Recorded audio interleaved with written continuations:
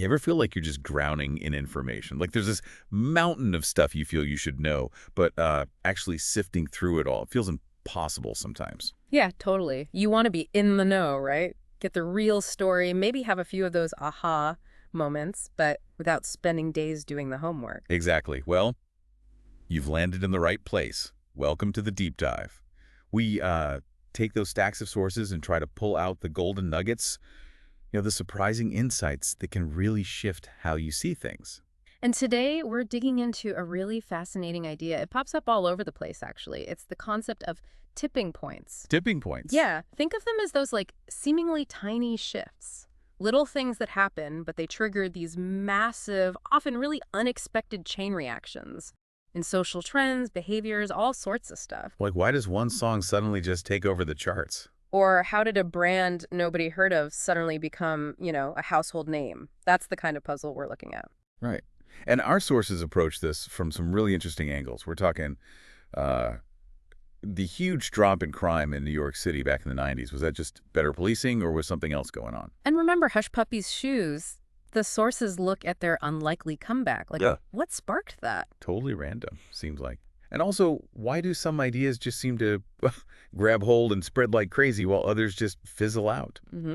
So our mission today really is to try and figure out the underlying principles that our sources say govern these tipping points. What are the key ingredients that set them off? And we've got some pretty compelling examples to chew on. We'll definitely be looking at that New York City crime turnaround. Yeah. The surprising factors behind Hush Puppies going from forgotten to fashionable again. Right. And also the really deliberate, kind of insightful ways used to make something like a kid's TV show super captivating and, well, educational too. Okay, so to kick things off, Right. the main source we looked at uses this really powerful metaphor, actually, thinking about social changes as if they were epidemics. That's right. Not literal diseases, obviously, but the way things can spread through a population. How so? Well, the core idea is that things like ideas, products, messages, even behaviors, they can spread through a social group kind of like a virus does. Oh, okay. There's a sense of contagion. Exposure to something makes you more likely to adopt it yourself. And this is where it gets really interesting because the sources point out these social epidemics. They don't always spread nice and steady. Often it's more like geometric progression. Exactly. Tiny little causes can have these huge disproportionate effects. They use this great analogy with folding paper. Oh, yeah. Tell us about that. Okay, so imagine you take a regular sheet of paper, fold it in half, then in half again. Keep doing that. Right. If you could fold it, say, 50 times, what's your gut feeling? How thick would the stack be? Maybe a few inches, maybe, I don't know, tall as a fridge. Yeah, something like that seems reasonable. But the reality, according to our source, it would reach roughly the distance to the sun. Whoa. Seriously. And on just one more fold, it'll reach the sun and back. Okay, that definitely drives the point home. It really helps you visualize how things can just explode in an epidemic, right? They double and double again, leading to this massive impact from what seemed like a tiny start. So a key takeaway there is that these tipping points, they can be triggered by seemingly tiny nudges, and they can happen way faster than we might expect. Now, the sources then get into what they call the 3 rules of epidemics. These are like the core principles driving these social contagions. Right. And the first one is called the law of the few. The law of the few. All This right. basically says that a really small number of specific types of people play a huge, disproportionate role in spreading information, ideas, trends, you name it. So not everyone's equally influential in starting one of these epidemics. Exactly. Some people just have a much bigger impact. And the sources break these influential people down into 3 types, right? Connectors, mavens, and salesmen. Up with them. Okay, let's start with connectors. What makes them so important here? Connectors are, well, they're the social hubs. They're the people who just know an incredible number of people. And not just people like them. They know people across all sorts of different social circles. Ah, like that person you know who seems to have a connection for everything, no matter what you're talking about. Precisely. The source mentions Lois Weisberg in Chicago, someone with this incredibly diverse network spanning politics, arts, tons of areas. Gotcha. And they bring up Paul Revere, too. His famous ride was way more effective than William Dawes's ride, even though they had similar warnings. Was Revere just a better connector? It seems like it. It wasn't just how many people he knew, though. It was the breadth and depth of those connections, plus his social skills. How so? Revere had apparently built relationships with key people in lots of different towns. He knew the local leaders, knew who'd listen, knew how to talk to them effectively.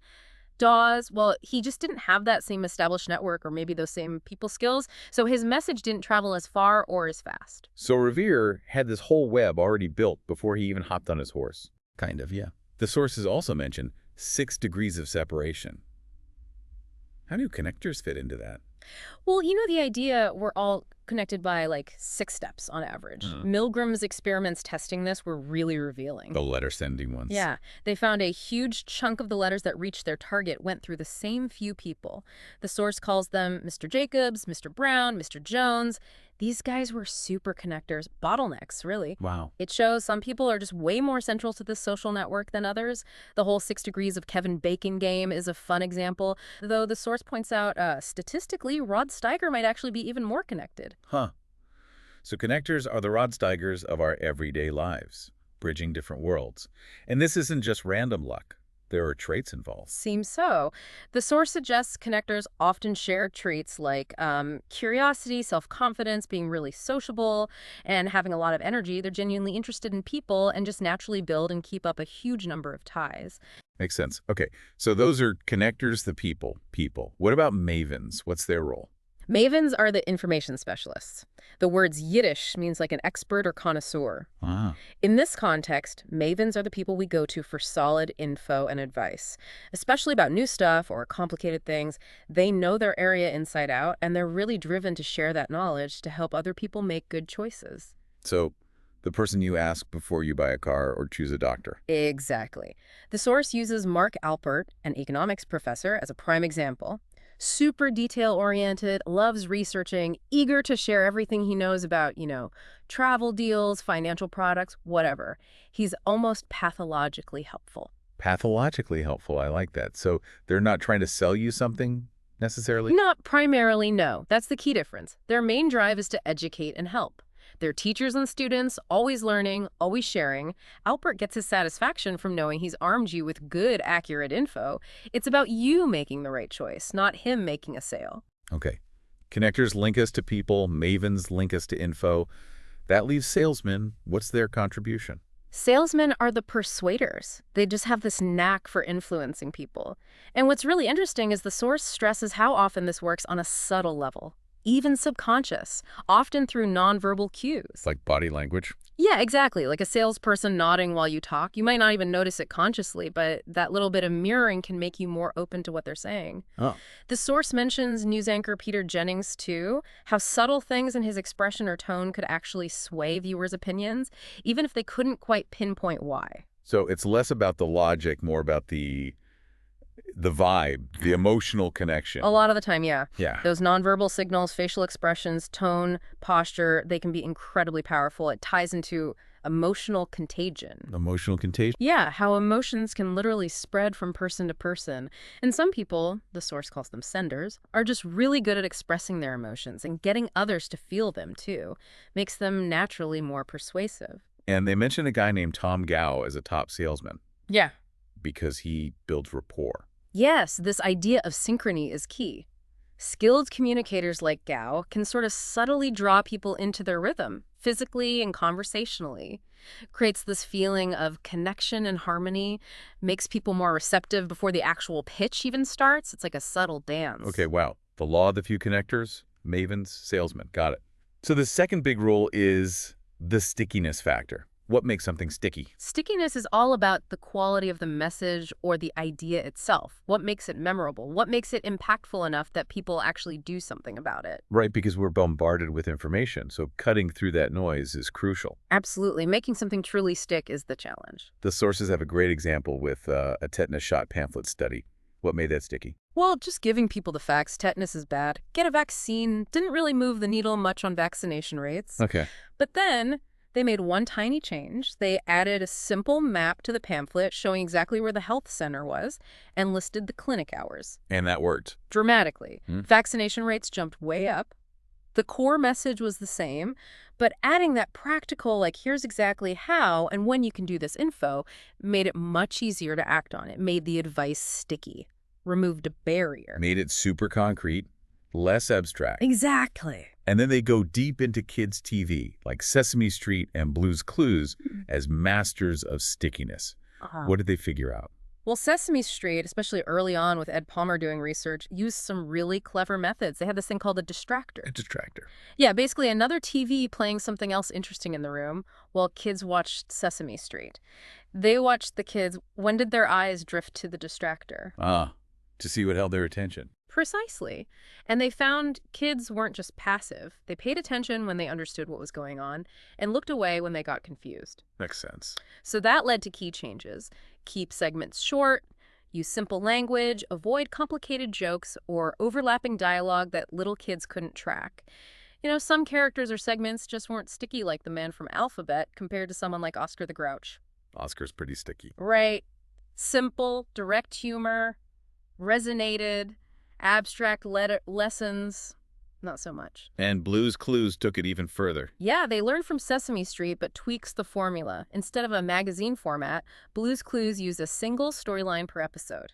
They slowed the pacing way down, lots of pauses for kids to think. And repetition, right, lots of repetition. Loads of it, and direct address talking right to the kids. Research showed preschoolers actually loved the repetition. It felt predictable, helped them learn, made them feel smart, like they were solving it along with the host. They felt involved. Exactly, and they tested everything rigorously. Episode scripts were tested multiple times before airing. They'd tweak things like the order, the clues appeared to make sure kids felt that aha moment of discovery. Wow. There's even an example of an episode that failed testing because it featured Big Bird but called him Roy. Preschoolers have this thing called the principle of mutual exclusivity. They tend to think one object has only one name. So calling Big Bird Roy just confused them, it didn't stick, shows how deep their understanding of the audience was. That level of detail is incredible, just to make a kid's show work. Yep. Okay, third rule, the power of context. This is about the environment, right? Absolutely. The power of context says our behavior is super sensitive to our surroundings. Seemingly small changes in the environment can totally change how people act and how trends spread. And they look at this through the broken windows theory first, relating to that NYC crime drop in the 90s. Right. It's a bit counterintuitive for some people. Explain it again. The idea that, like, graffiti leads to bigger crimes. Well, not directly causes it, maybe. But the theory suggests that visible signs of disorder, graffiti, litter, broken windows, abandoned cars, they send a signal. A signal? Yeah, a signal that nobody cares, that social controls are weak. And that kind of environment can create a feeling of permissiveness, making more serious crime feel, well, more possible or acceptable. It lowers the bar. So it's about the environment enabling crime, not just about the individual criminals themselves. Exactly. It shifts focus from just the psychology of the criminal, like in the Bernie Goetz subway shooting case the source mentions.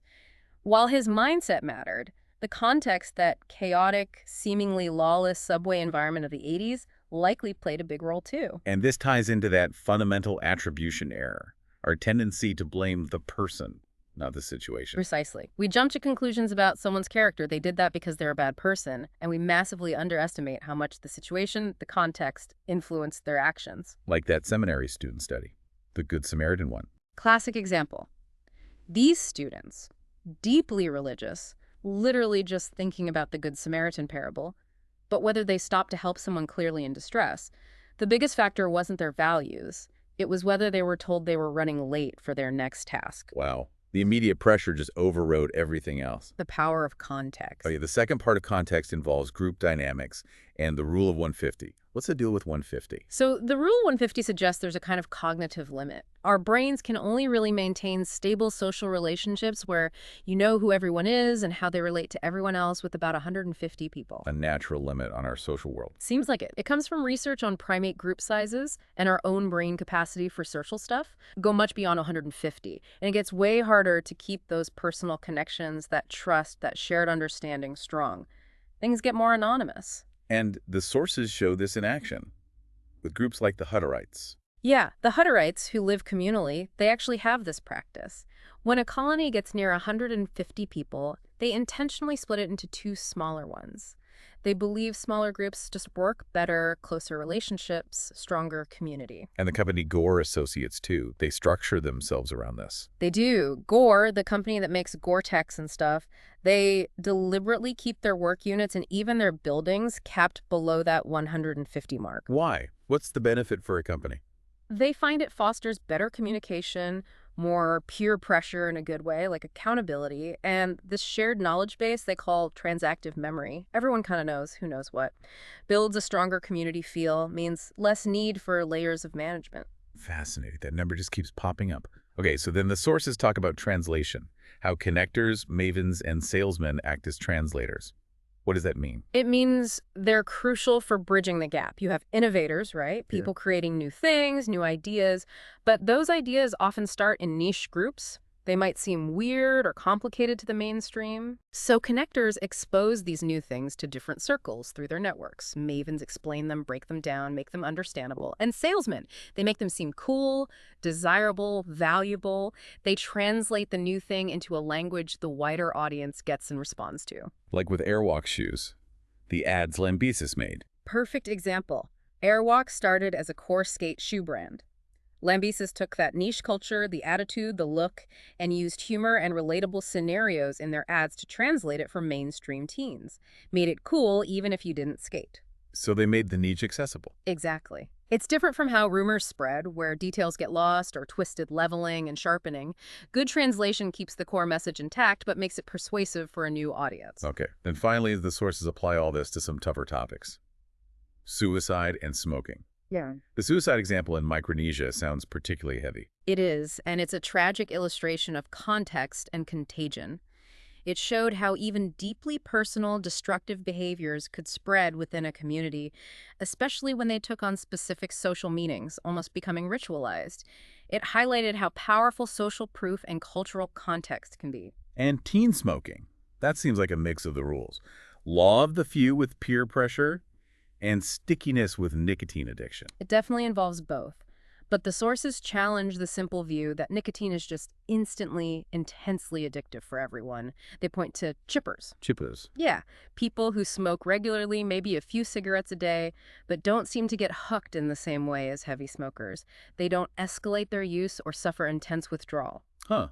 So addiction isn't automatic. It suggests the stickiness of smoking might be more complex than just the drug itself. Maybe social factors or underlying issues like stress or depression make it stickier for some people. Which might explain why just warning teens about lung cancer doesn't always work. Right.